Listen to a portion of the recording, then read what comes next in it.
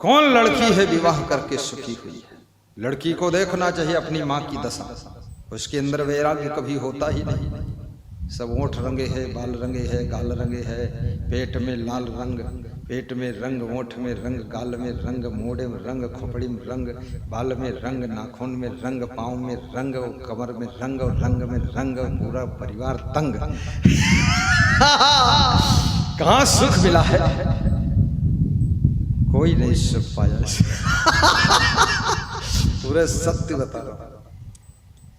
लड़की बिना विवाह के जितना मायके में खुश रहती है, उछलती है, कूदती है, प्रसन्न रहती है, मुस्कुराती है, शादी होने तक मुस्कुराती है। जब ससुराल जाती है, वहां से लौट कर आती है, आधी मुस्कान उसकी खत्म हो जाती है। दोबारा जब जाती है, गर्भवती होकर लौटती है, तो 75% मुस्कान खत्म। दोबारा जाती है, एक बच्चा लेकर आती है, तो 100% मुस्कान खत्म है। बस बच्चे का मुंह देखती है, फिर पति का मुंह देखती है, फिर सास का मुंह देखती है, तो उसको लगता है ये सब पागल ही भरे हैं क्या। फिर अपन मुंह देखती है तो उसको लगता हम तो बंदर हुई, हम क्या करें। बहुत दुर्दशा। लेकिन मन की चंचलता और इंद्रियों का उद्वेग कंट्रोल से बाहर हो जाता है, इसलिए विवाह के गड्ढे में गिरना पड़ता है, भोगों के गड्ढे में गिरना पड़ता है। क्योंकि मन को रोकना भी आसान बात नहीं है, इंद्रियों को वश में करना भी आसान बात नहीं है। जो मन इंद्रियों को वश में कर ले, वो समझ लो त्रिलोकी नाथ से भी बड़ा नाथ है, बहुत महान पुरुष है। जोर से ताली बजाओ। विवाह चाहे 10 करो, हमसे क्या करना, हमें तो सही ज्ञान बता देना है, बाकी तुम अपना जानो। सुख नहीं। मेरे साथ में एक विद्यार्थी पढ़ता था, तो मैं साधु बना, तो मैं गाड़ी से जा रहा था किसी प्रोग्राम में, तो रास्ते में वो मिला, साइकिल से जा रहा था, तो मैं गाड़ी रोका। वो नहीं जानता था इस गाड़ी में वो है। मैं उतरा, अब मैं इस भेष में पहली बार वो देखा, पहचान नहीं पाया। हमने कहा भारत सिंह, कुशल मंगल है? बोले आपका परिचय क्या है? मैंने कहा मैं IIM रमाशंकर, आपके साथ पढ़ता था। अच्छा आप रमाशंकर हैं, तो ये क्या किया? नए संत बन गया मैं, और क्या किया? तो बोले आप तो बड़े सुखी नजर आ रहे हैं। हमने कहा नजर आ भी रहूं और सुखी रहूंगा भी। तो तुम कहाँ गए थे? तो ऐसे रोकर बोला शादी का सामान खरीदने गए थे। हमने कहा किसकी शादी है? बोली मेरी ही शादी है। तो हमने कहा रोते क्यों? बोले घर में पैसा नहीं है, भाई सब अलग हो गए हैं, माँ बाप बुढ़े हैं, अपनी शादी खुद को करना है। तो हमने कहा तू सामान जो लाया है खरीद कर मेरी गाड़ी में रख, और इसी में बैठ ले, साधु बन जा, चल ये सामान हम प्रयोग कर लेंगे। तो रोने लगा, बोला शादी हो जाए, ऐसा आशीर्वाद दे दो। हमने कहा जाओ। शादी हो गई, आज करीब करीब 35 साल हो गए, वो ढूंढे मिला ही नहीं, आया ही नहीं, मर गया कि क्या हुआ कि बुढ़ा हो गया। हमारे साथ के पढ़े हुए लड़के शर्म के कारण हमको मिलने ही नहीं आए कोई, क्योंकि उनकी सबकी दुर्दशा हो गई।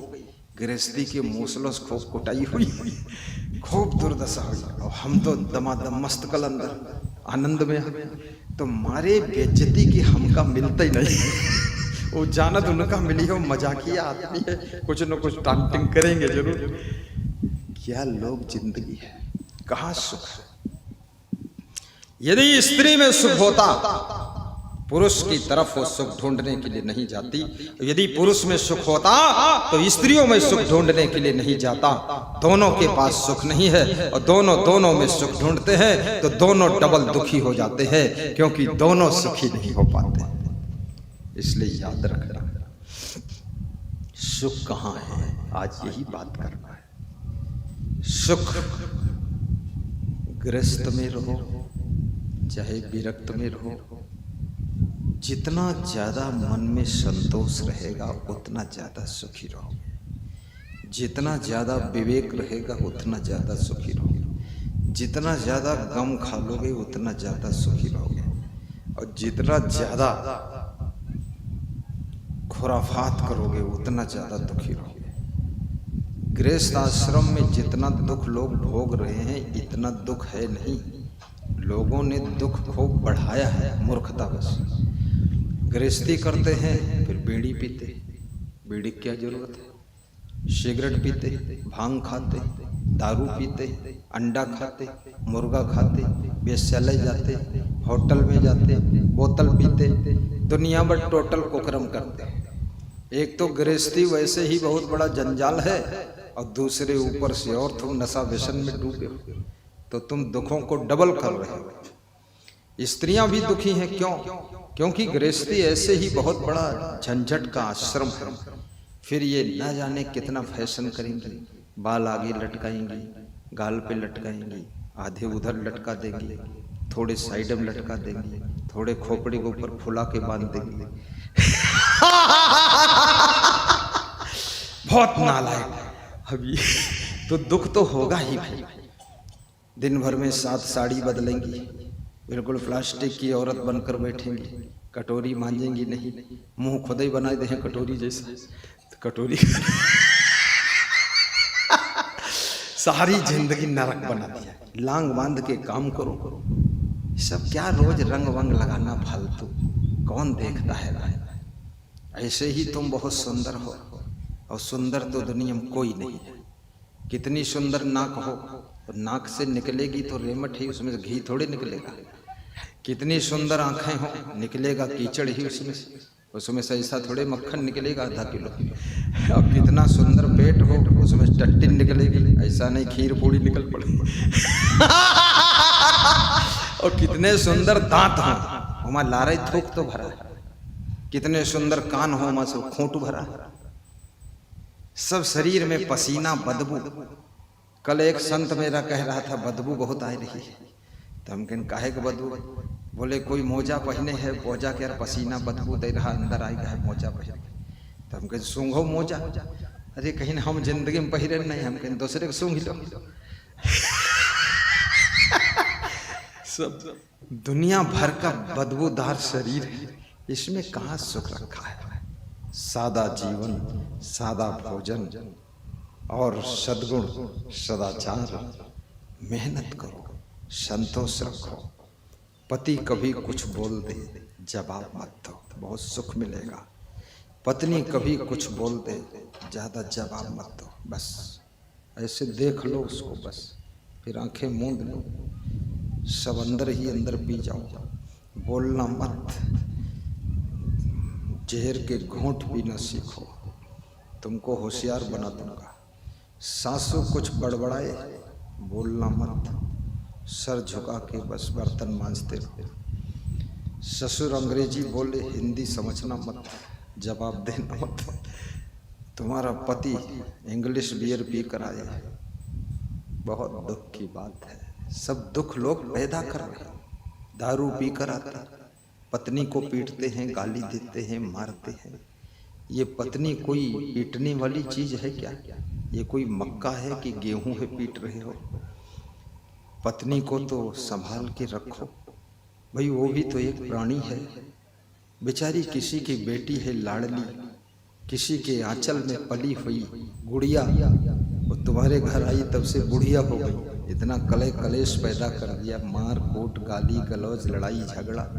उस लड़की ने भी सोचा था ससुराल में सुख मिलेगा, ससुराल में हलाहल जहर भरा है। कुछ ससुराल में नहीं मिला है, जिंदा वापस आ गई, यही बहुत है। सासू को भी होश में रहना चाहिए।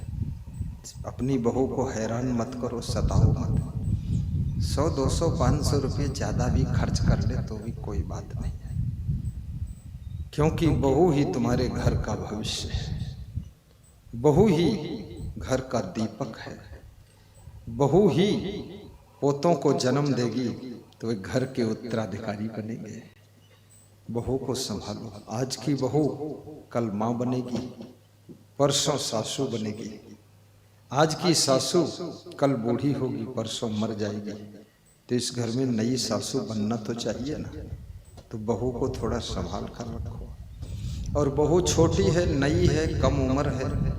कम उम्र में समझ कम होती है, थोड़ा उसको बर्फी जलेबी भी खा लेने दो, बहुत उसका मुंह बंद मत करो। जब जलेबी खा खा कर उब जाएगी तो खुद ही नहीं खाएगी, थोड़ा खा लेने दो। हमारे साथ में नया नया साधु है, इसको मैं खा लेने देता, छूट दे देता, बोल देता हूँ इच्छा भोग लगाओ। इच्छा भोग मतलब जितनी जिसकी इच्छा उतना अंगूर खाओ, उतना केला करेला खाओ, उतना मूली खाओ। सब खा लेते हैं, कुछ लोग खा लेते हैं तो खुश होते हैं, कुछ लोग खा लेते हैं तो बीमार होकर शाम को आते हैं, ऐसे बोलते हैं बुखार आ गया, बुखार आ गया। तुमने कहा और खीरा खा लो, खीरा। इच्छा भोग लग गया, बुखार आ गया।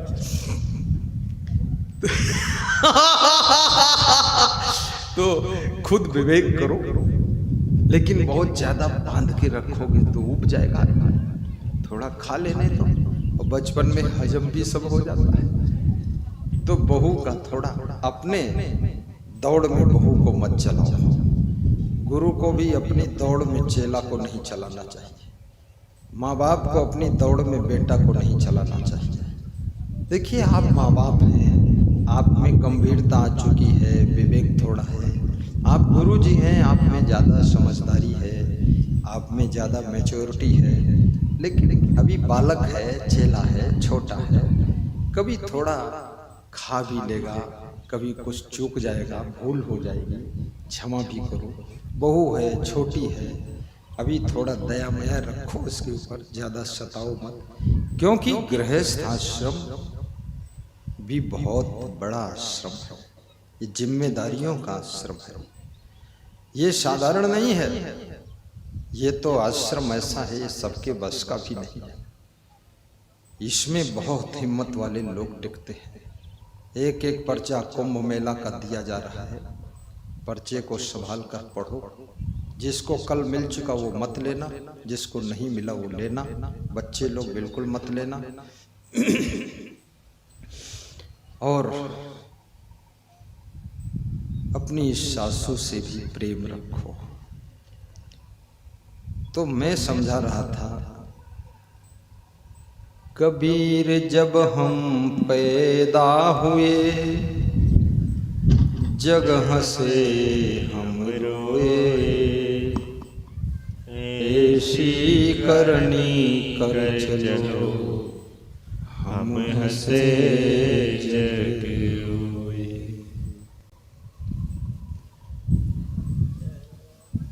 ऐसी करनी करो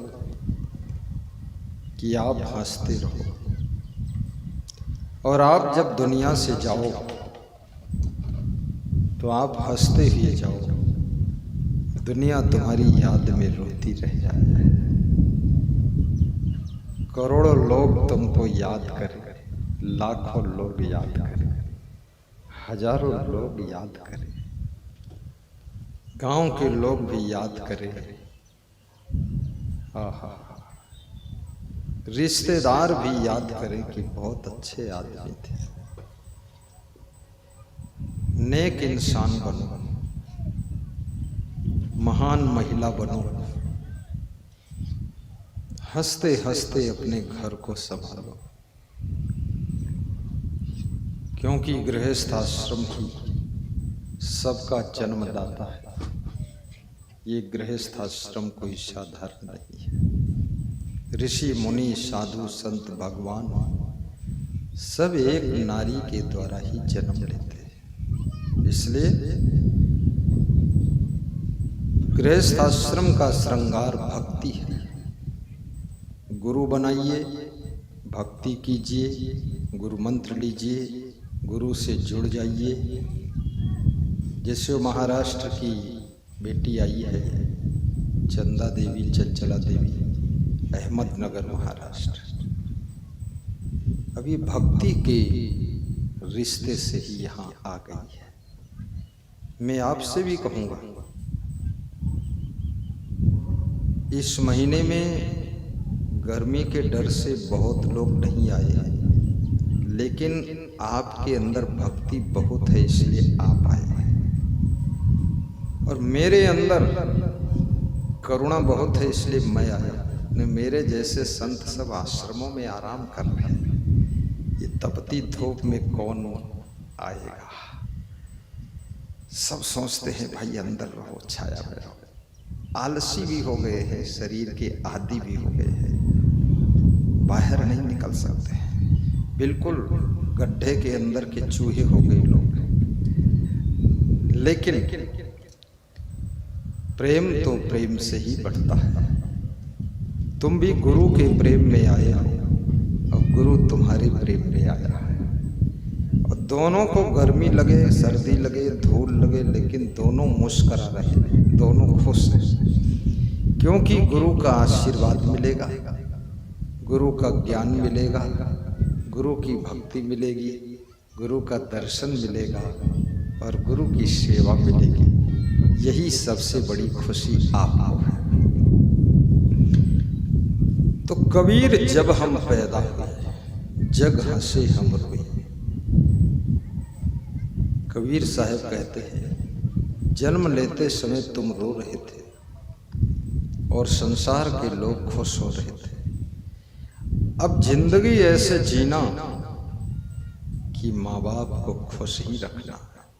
जब तुम्हारे जन्म में माँ बाप खुश रहे, भाई खुश हुए, नाना नानी खुश हुए, मौसी मामा खुश हुए, गांव के लोग खुश हुए, पड़ोसी खुश हुए, रिश्तेदार खुश हुए, तुम्हारे जन्म से सब खुश हुए, तो तुम्हारी जिंदगी भी ऐसी हो कि तुम्हारी जिंदगी से भी सब खुश रहे।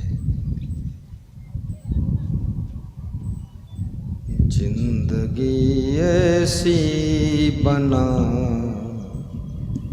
जिंदा रहे दिल साध तू। जिंदगी ऐसी बना जिंदा रहे दिल साध तू। जिंदा रहे दिल साध तू, जिंदा रहे दिल साध तू।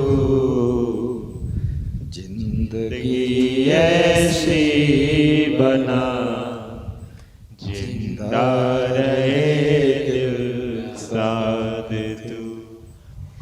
जिंदगी ऐसी बना जिंदा रहे दिल साध तू। तू न हो दुनिया में तो दुनिया को आए याद तू।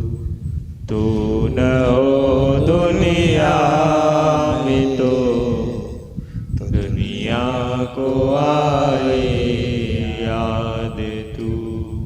आज रानी लक्ष्मीबाई को, मीराबाई को, शिवरी को, अहिल्याबाई को, सुभद्रा को, सहजोबाई को, राम को, कृष्ण को, ध्रुव को, प्रहलाद को, कबीर को, क्राइस्ट को, जरथुस्त्र को, कन्फ्यूशियस को, बुद्ध को, महावीर को, क्षमादेव को क्यों याद किया जा रहा है? इसके पीछे क्या रीजन है? क्यों याद किया जा रहा है? याद उन्हीं की होती है जिनकी जिंदगी से हजारों की जिंदगी में शांति आती है। याद उन्हीं की होती है जिनकी जिंदगी से लाखों की जिंदगी में सुकून आता है। याद उन्हीं की होती है जिनकी जिंदगी से करोड़ों की जिंदगी में शांति आती है, शीतलता आती है, सुख मिलता है। याद रखना, तुम उन्हीं के वियोग में रोते हो जिनकी जिंदगी से तुमको आराम मिली थी, और जिनकी जिंदगी तुम्हारे लिए कांटे जैसी चुभती थी, उनकी मृत्यु में तुम रोते नहीं हो। तुम मन ही मन कहते हो अच्छा हुआ जल्दी मर गया, ठीक है, बहुत परेशान किए थे। जिनसे जिनसे सुख मिलता है उनको याद करके तुम रोते हो, और जिनसे जिनसे दुख मिलता है उनको याद करके तुम मुस्कुराते हो। दुख की जिंदगी में बहुत दुख दिया इसने। अब मर गया, छुट्टी मिल गई। जिंदगी ऐसी बना, इसलिए याद रखना, उस माँ को बच्चे याद करते हैं जिस माँ के आंचल में सभी बच्चों को बहुत प्रेम मिला है। कोई माता मर जाती है, उसके बच्चे, जवान बच्चे रोते हैं, क्योंकि माँ ने उनको बहुत प्रेम दिया है, बहुत ख्याल किया है। पुत्र ऐसे बनो कि माता पिता को राहत मिलनी चाहिए। शिष्य ऐसे बनो कि गुरु को थोड़ा राहत मिलनी चाहिए। बहू ऐसी बनो कि सास ससुर को थोड़ा शांति मिलनी चाहिए। और बेटे ऐसे बनो कि माँ बाप का भार कम हो जाना चाहिए। और उन्नति ऐसी करो, घर का दरिद्र भी दूर हो जाना चाहिए। अपने बूढ़े माँ बाप के लिए भी अच्छा घर बनाओ, अपने बूढ़े गुरु के लिए सुंदर आश्रम बनाओ, अपने वाइफ के लिए बहुत अच्छी कार खरीदो। ये कहाँ तक तुम्हारी वाइफ टोटो ढूंढती रहेगी? टोटो, ऑटो। ये बिहार में ऑटो रिक्शा को टोटो बोलते हैं। टोटो, मैं तो पहले टोटो समझता ही नहीं था। टोटो क्या है? मैं सोचता नल की टोटी ही टोटो है। बाद को कल पता चला टोटो ऑटो को कहते हैं। टोटो, ये कहाँ तक टोटो का इंतजार सड़क के किनारे थैला लेकर करेंगे लोग? थोड़ा अपनी कार लाइए, मेहनत करिए, उन्नति करिए, धन कमाइए, धन बचाइए और धन से कार खरीदिए, धन से प्रोग्राम कराइए, सत्संग कराइए, जैसे वीरेंद्र गुप्ता, निर्मला देवी गुप्ता करा रहे हैं। आज शाम को बहुत लोग सत्संग में आने वाले हैं। ये तो मैं इसलिए आया हूँ, वीरेंद्र की जिद थी, चलना ही पड़ेगा। तो मैंने सोचा एक रात और रहना है, अगर नहीं मानूंगा तो रात में निकाल देगा बाहर। तो इसलिए चलो, मैं भी बड़ा बंधन में रहता हूँ, कठपुतली की तरह नाचता रहता। भगत बोल दे सत्संग करना है, चलना है, बस चलो। लोट कमंडल लेकर गिलास लेकर आ जाता, गिलास लाता, भर भर के पानी पियो, खूब अमृत बानी सुनो, सबको अमृत बानी सुनो, खुद पानी पियो। बड़ा जीवन। अब भक्त भी क्या करे, क्योंकि सत्संग के लिए ही तो बुलाया है। और सत्संग भी ना करे बाबा तो बुलाने का अर्थ भी क्या निकला? तो बाबा को सत्संग करना भी चाहिए। ऐसी करनी कर चलो हम हंसे जग। कबीर साहब बड़ी मार्मिक बात कहते हैं कि ऐसे कर्म करो तुम्हारी बहनें भी खुश हो कि मेरी बड़ी बहन बहुत अच्छी है, मेरी छोटी बहन बहुत अच्छी, मेरा भाई बहुत अच्छा है। कितनी बहनों को अपने भाई के ऊपर नाज है, और कितने भाइयों को अपनी बहन के ऊपर गर्व है कि मेरी बहन, और कितने माताओं को, पिताओं को अपने बेटे पर गर्व है कि मेरा बेटा सब संभाल लेता है। और कितनी माता पिता अपने बेटे के कुकर्म के कारण रोते रहते हैं। जिंदगी में वो कभी नहीं रोए थे, लेकिन ये काल यवन पैदा हो गया, ये रावण पैदा हुआ। इस रावण की करनी से माता पिता को रोना पड़ता है, अन्यथा वह हंसते हंसते पति पत्नी जी रहे थे। ये महाभूत पैदा हो गया, दुखी कर रहा है। कहीं दारू पीता है, कहीं कोई लड़की छेड़ता है, कहीं कुछ और बवाल बनाता है, दुष्ट कहीं का। अब इसके आचरण से माता पिता रो रहे हैं, बहुत पाप लग जाएगा। उन्नति करो, विकास करो, समस्त ऊर्जा, समस्त बुद्धि, समस्त ताकत और समस्त कर्म इस बात पर केंद्रित करो कि उन्नति करना है और भक्ति करना है। और जो बालक, जो बालिका भक्ति करती है और उन्नति करती है, उसका घर खुशियों से भर जाता है। इसलिए व्यास गादी बच्चों से कहेगी, बचपन को व्यर्थ मत खोइए। अगर पढ़ नहीं पा रहे हो, बुद्धि काम नहीं कर रही है, तो टेक्निकल काम सीखिए। जेसीबी चलाना सीख लीजिए, ड्राइवरिंग सीख लीजिए, टेलरिंग सीख लीजिए, कंस्ट्रक्शन का कार्य सीख लीजिए, पशुपालन सीख लीजिए, सब्जी उगाना सीख लीजिए। अभी हमारे साथ एक संत है, उसने सब्जी उगाया आश्रम में, तो 5 लाख का मिर्चा बेचा उसने। वो पीछे खड़ा है क्या? ये पीछे ही खड़ा है। एक भी मिर्चा हमारे लिए नहीं लाया है, 5 लाख का बेच के आया है। इसलिए हंसता रहता है कि 5 लाख तो है ही है हमारे पास। फिर बता रहा था मिर्चा फिर बेचना है, छुट्टी दे दो आश्रम। तो मैंने कहा रही दे मिर्चा उर्चा। तो बोला उसी पौधे में डबल फसल आएगी, एक बार और जाने दो। ये देखो, ये बहुत खिलाड़ी संत है। 5 लाख का मिर्चा बेचा है, सिर्फ एक आधा एकड़ खेत में 1 एकड़ में बोया था, बहुत मेहनत की। ये जब मेरे पास आया, इसका चेहरा देखा, सब एकदम मेहनत से ज़्यादा सूख गया। तो मैंने ट्रांसफ़र कर दिया कि यहाँ रहो, अच्छा खाओ, थोड़ा अच्छे हो जाओ। अब चमका है चेहरा, फिर मिर्चा में जाएगा। तो मिर्चा में चेहरा तो मिर्चे जैसा हो जाएगा।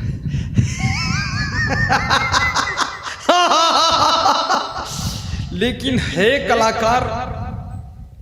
अब एक साधु के ऊपर 300 रुपये का डेली खर्चा है, तो महीने में कितना हो गया बोलो? 9,000। तो 12 9 108, साल में 1,08,000। तो 1,08,000 खर्चा एक साधु पर। ये जो बैठे हैं महात्मा, ये सब 1 लाख वाले हैं। इसलिए साधु लिखता है श्री श्री श्री 1,08,000 श्री श्री, वो 1 लाख खर्चा होता है उसका। तो अब ये 5 लाख कमाया, तो 1 लाख तो इसके ऊपर खर्च हो गया, 4 लाख बच गया। 4 लाख गुरु को दिया, तो गुरु ने वो गाड़ी खरीदा। फिर देखो खड़ी तूफान, उसका नाम भी तूफान। जब से आई है तब से तूफान ही मचा रखा उसने। इतना तूफान मचाया है, छत्तीसगढ़ से चली तो रास्ते में ही तूफान मचाया। तूफान मचाकर पहुंची, अभी तक उसका तूफान बंद ही नहीं हुआ। मुजफ्फरपुर में तूफान मचाया है, कहाँ कहाँ तूफान, लखनऊ में तूफान, रायपुर में तूफान। गाड़ी तो बहुत अच्छी, 15 लोग बैठते, 18 बैठ जाओ, 50 बैठ जाओ, टूटेगी नहीं। लेकिन है वास्तव तूफान। तो अब सोचना इस बात को, क्या समझना है, बहुत विचार करना है कि कर्म करो। जब शिष्य कोई ऐसा कर्म करता है तो गुरु प्रसन्न हो जाता है। बेटा जब ऐसा कोई अच्छा कर्म करता है, घर का भार ले लेता है, तो माँ बाप हल्के हो जाते हैं। और बहुएं जब घर संभाल लेती है तो सास मंद मंद मुस्कुराती रहती है बुढ़ापे में कि अब ठीक है। हर सासू इस इंतजार में है कि बहू कब आएगी और कब हमको आराम मिलेगी। हर ससुर इस इंतजार में है कि बहू कब आएगी और कब हमको ताजी रोटी खाने को मिलेगी। और हर पति इंतजार में है कि मेरी पत्नी कब आएगी जो हमको भी थोड़ा सुख मिलेगा। लेकिन पत्नी आने के बाद किसी पति को सुख मिला ही नहीं। बहू आने के बाद उल्टी गंगा बह रही है, सासू चाय बनाती बहू को पिलाती है। अगर चाय न पिलाए तो बहू चाय पीने के लिए मायके चली जाती है। बहुत नालायक बहू आई है, क्या करे। ऐसे ऐसे चेले गुरु के पास आ गए। अब गुरु नाश्ता बनाता है, चेला प्लेट में लेकर खाता है, कहता है गुरु जी बहुत अच्छा बनाते हैं। उल्टा हो गया। कलयुग बैठा मार कुंडली, जाऊं तो मैं कहां जाऊं, और घर घर में है रावण बैठा, इतने राम कहां से लाऊं। गा दो। और घर घर में है रावण बैठा, इतने राम कहां से लाऊं। और गांव गांव में सुपर्णखा घूमे, इतनी सीता कहां से लाऊं। लंका में एक सुपर्णखा हुई, और गांव गांव में भारत में एक सुपर्णखा लंका जलवाई। ये सुपर्णखा डंका बजवाई। ये क्या करेगा। अरे सुपर्णखा लंका में पैदा हुई, रावण की बहन थी, और लंका से समुंदर पार करके इंडिया में आकर के राम भगवान से कहती हमारी तुम्हारी जोड़ी अच्छी रही। कितना बेविचारणी औरत है, बहुत नालायक है, गलत कर्म कर दी है। अरे लंका में बिगाड़ लड़कों को वहां बहुत है, यहाँ मेरे भगवान को गिराने आई है। भगवान से कहती हमारी तुम्हारी जोड़ी अच्छी रही। जोड़ी क्या, कोई घोड़ा घोड़ी है जोड़ी लगाती। भगवान की जोड़ी लग चुकी सीता के साथ, बार बार जोड़ी लगती। इतनी अकल नहीं है। उनकी पत्नी उनके साथ में है, सीता भी डर गई कि मेरी जोड़ी को तोड़ी कर देगी, ले जाएगी। हाँ, देखो कितनी खतरनाक औरत है, दूसरे की जोड़ी बिगाड़ रही है। अपने लंका में जोड़ी लगाओ, वहाँ भाई इतनी बड़ी बस्ती है, करोड़ों लोग वहाँ भी है, वहाँ कोई लड़का ढूंढ लो। कितनी चंचल है ये लड़की। अभी भी सुपर्णखाएं बहुत हैं। पाकिस्तान की सुपर्णखा हिंदुस्तान में आ जाती है और यहाँ पर जोड़ी लगा लेती है। हाँ, हिंदुस्तान की सुपर्णखा जो है लंका में जाकर जोड़ी लगा लेती है। सुपर्णखा की कमी नहीं है। ये तो महान है औरतें जो यहाँ बैठी हैं। ये नारी नहीं नारायणी है, जिन्होंने एक बार पति का चुनाव किया, दोबारा किसी पुरुष की तरफ वासना की दृष्टि से देखा ही नहीं। ये तो पूजने योग्य नारियां होती है। ये भारत की महिमा। जोर से बजाओ।